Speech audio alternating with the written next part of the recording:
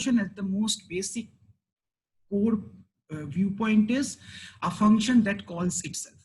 That is all there is to it, and that is all recursion is. But the ability of a function to call itself allows us to do certain things or think about problems in a certain way that was not obvious when we were using loops and other forms of algorithmic coding, right?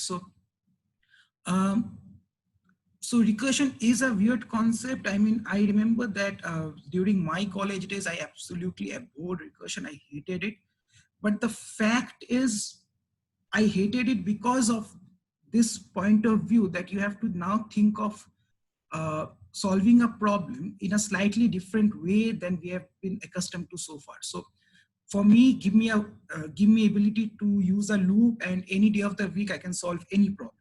But back in the day, if you had asked me to do something with recursion, I had to scratch my head and figure out a solution for this.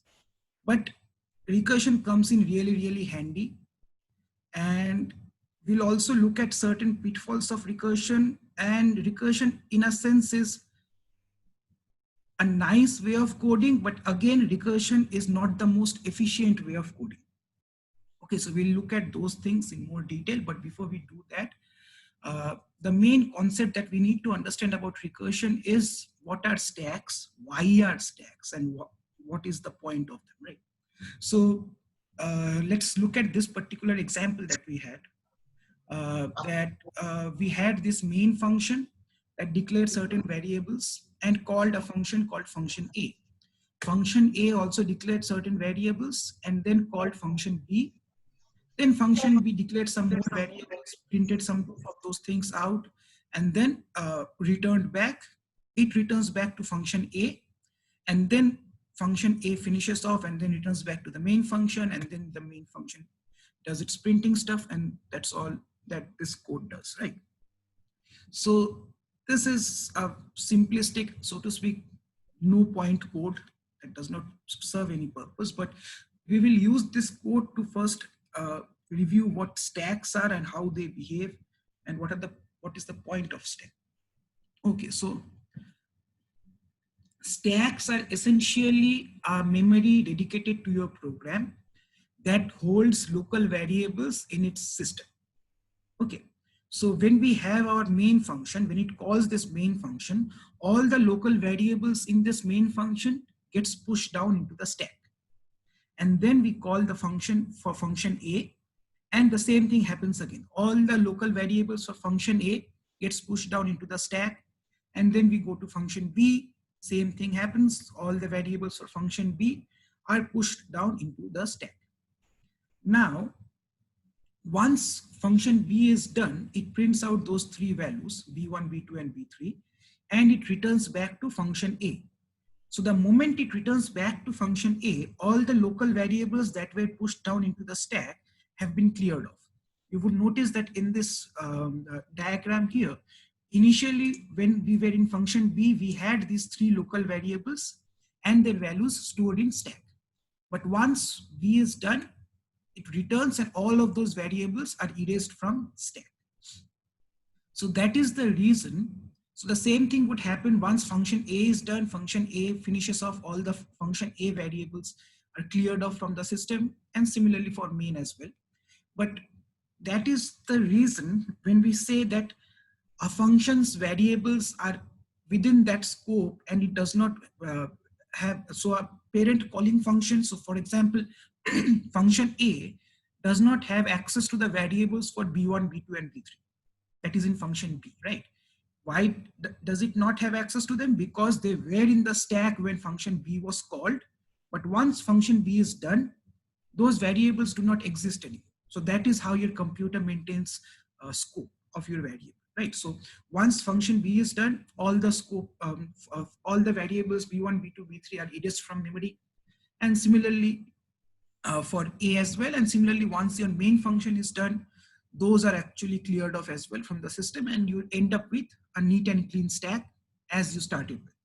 So that is essentially the point of stacks when we talk about function calls, right? So stacks are a data structure that you would learn about this data structure later in other courses, but a stack is a data structure that is basically an array but with certain constraints that you can only add on top of things, like a stack of plates, right? You can only add things on top of it and remove something from the top. So that is what we call last in, first out. So as in a stack of plates, you can only pick up the plate that you put in the last. So that is essentially how a stack behaves. And that is how your computer uses a stack to maintain the local variables and the copy of those local variables as more and more function calls are being made. So since your computer stores these variables into the stack, so take this case, for example, when we had these three variables, b1, b2, b3, we were only working with function b. But once function b finishes off and it returns to function a, we need to know what the original values of those a1, a2, a3 values were, right? So stacks, once your function calls are over, it gets access to those previous local variables, a1, a2, a3. So stacks sort of act like a game checkpoint, so to speak. I mean, so like once you are done with a level, let's say you lost or whatever, you come back to the latest checkpoint and you have those variable values back to you, right? So back in your program execution. So that is how your program maintains historical values as you make more and more function calls. And now, if that is stacks and a recursive function is a function that calls itself, a stack works pretty much the same way in case of that as well, right? So let's look at the example for the recursive function calls, right? So when a recursive function call is made, that essentially means that a function needs to call itself. So we had this example where we had this main function that had three variables, m1, m2, m3, and it calls function a that had variables a1, a2, a3. It printed out a1 and a2 and then called itself. So that is the basic requirement for a recursive call, so that this function is calling itself. So the moment this function calls itself,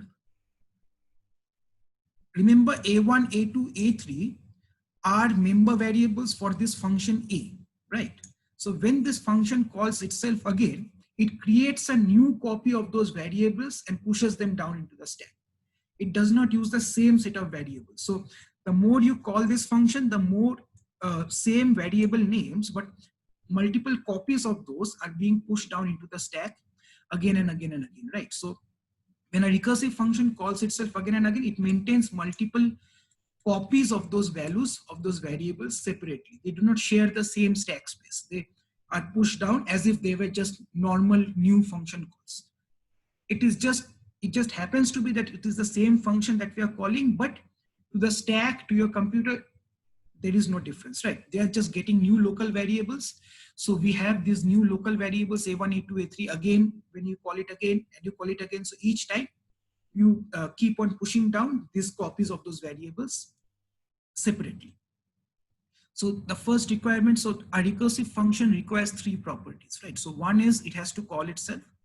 The other is it has to end at some point, because if it always calls itself, it ends up being an infinite loop, right? It keeps on calling itself in a loop again and again and again. It never ends. So we need to design a mechanism that at some point it should stop. So at some point, essentially what that means is at some point there should be an unconditional return, right? So I mean, at some point in time, I will not call this function again anymore. So we usually do this with something called a base case. A base case is some condition happens to be true. So at that point, I'm not going to call this function again, which I was doing by default. I'm not going to call this function again. I'm directly going to return from this. And at that point, it starts unraveling and it comes back up the chain, right? So the moment you return, it comes back to this point here and it keeps on executing the remainder part of your code, right? So let's say that your function A was called first. So it called this particular function again, looped back, called again, loops back, and so on. At some point, let's say after 2 calls, it encounters, let's say, this particular condition, that is just return. So once we have this just return statement, it comes back, and the next line that it executes is the previous call, the cout statement, right? Right. So essentially, what is going on is, let's say that we are in main, we call this function A, and this function again calls itself. So again, each time we are going to a right hand side, we are going one level up into the stack, and then we call this function again, let's say. Now, once this, let's say this returns, right, some condition is met and this function returns, it comes back to this particular level. So once it comes back to this particular level, it is next going to, because it came to this point because it called this function A, and now it is back to this particular level where for all intents and purposes this function call is done. Now the next line is going to be executed, that is this cout statement, right? So this cout statement is then executed, then it returns out, because now it is returning normally, not with a base case but normal return, right? Normal return. So once it returns, it gets you back to this level here where it prints out some cout statement, and then it returns, right?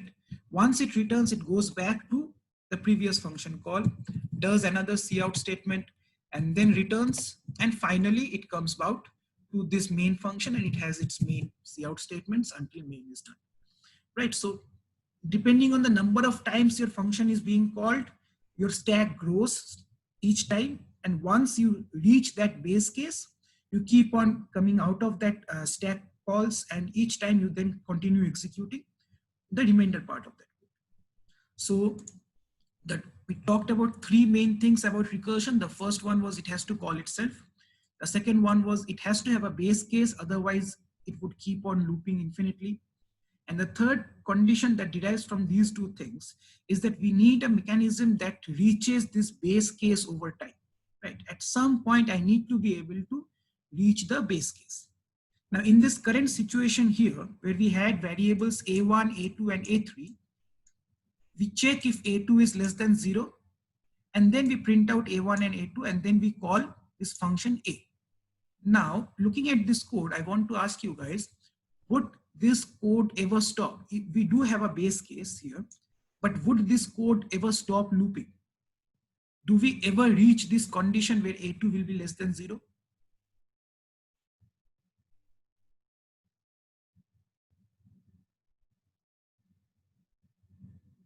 Yes, no, what? In this particular code, what I'm asking is, in this particular code, would we ever stop looping? Are we reaching this condition at some point? And let me know if you guys are talking. I can't hear maybe. Okay, so exactly, right? So this condition is never met because at every point in time, whenever we call this, exactly correct, A2 remains 3. So one way we can do make sure that it reaches this condition is we can have this function now take in some parameter called A2. Instead of defining it inside the function, we have this parameter A2. Let's say that the default value is 3. And each time we call this function again, we pass this parameter A2 to it and decrement it each time before we call it. Right? So at this point, now it is going to call this function again and again, but with decrementing values of A2 at every point. So what does this code look like in the stack? Well, we have our initial main values. Then we have our original local values when we first called this, right? So A1 was 2, A2 was 3, but we decremented it, so it became 2, and A3 remained A, right? So A1 is 2, A2 is 2, A3 is A. Now that it makes this function call again, a separate copy of these variables are now saved, right? So another level up, a separate copy is saved where A1 remains 2, A2 becomes 1, A3 becomes A, and then it calls itself again because the condition is still not met.